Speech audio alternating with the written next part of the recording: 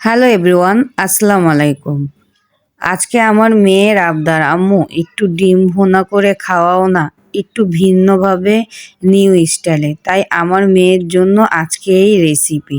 তাই চিন্তা করলাম রেসিপিটা আপনাদের সাথেও শেয়ার করে ফেলি। প্রথমে তো আমি এখানে ডিম সিদ্ধ করে নিব।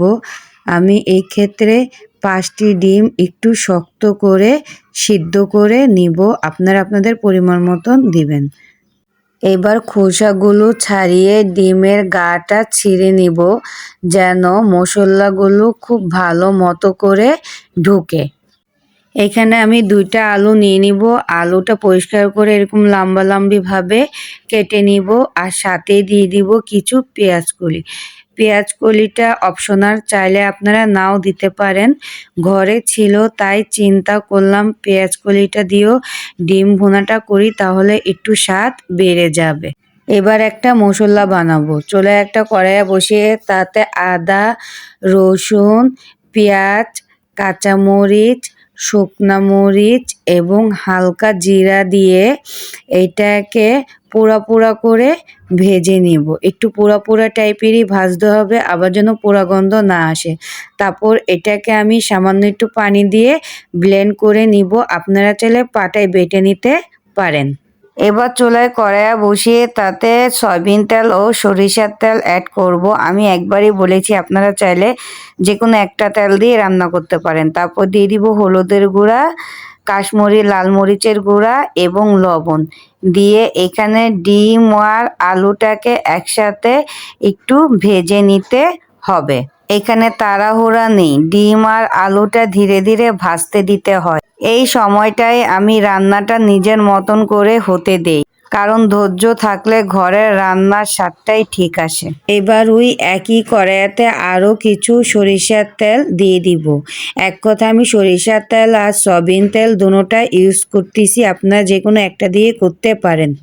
এবারে গরম তেলে দিব তেজপাতা, শুকনো মরিচ আর হালকা একটু জিরা, আর উপরে বাটা মশলা দিয়ে তারপর এটাকে একটু ভালো করে ভুনে নিতে হবে। হ্যাঁ, এই ক্ষেত্রে চাইলে আপনারা একটু টক দই ইউজ করতে পারেন। আমি টক দই দিব না, সামান্য একটু চিনি দিয়ে দিব। তারপর দিয়ে দিব হলুদের গুঁড়া, মরিচের গুঁড়া, পরিমাণ মতন লবণ আর হালকা একটু ধনিয়ার গুঁড়া দিয়ে হালকা পানি দিব।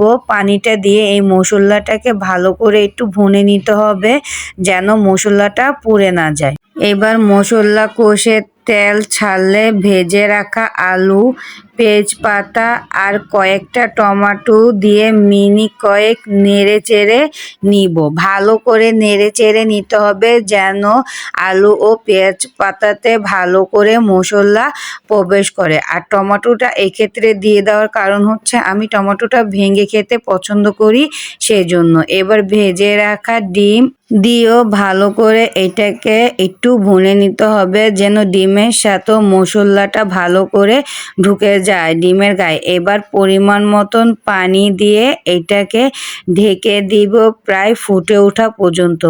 যখন এটা ফুটে গিয়েছে ঠিক সেই পর্যায়ে আমি এখানে 2 চামচ ঘি অ্যাড করব। 2 চামচ ঘি দেওয়ার কারণে এই ডিমের টেস্টটা এতটাই বেড়ে গেছে, যারা সিদ্ধ করা ডিম খেতে ভালোবাসে না, এক কথায় ডিম ভুনা পছন্দ করে না, তারাও ডিমের ফেমাস হয়ে যাবে। এই রান্নাটা করার পর আমার মেয়ের মুখে হাসি আর তৃপ্তি করে ভাত খাওয়া দেখে আমার আর কথাই ছিল না।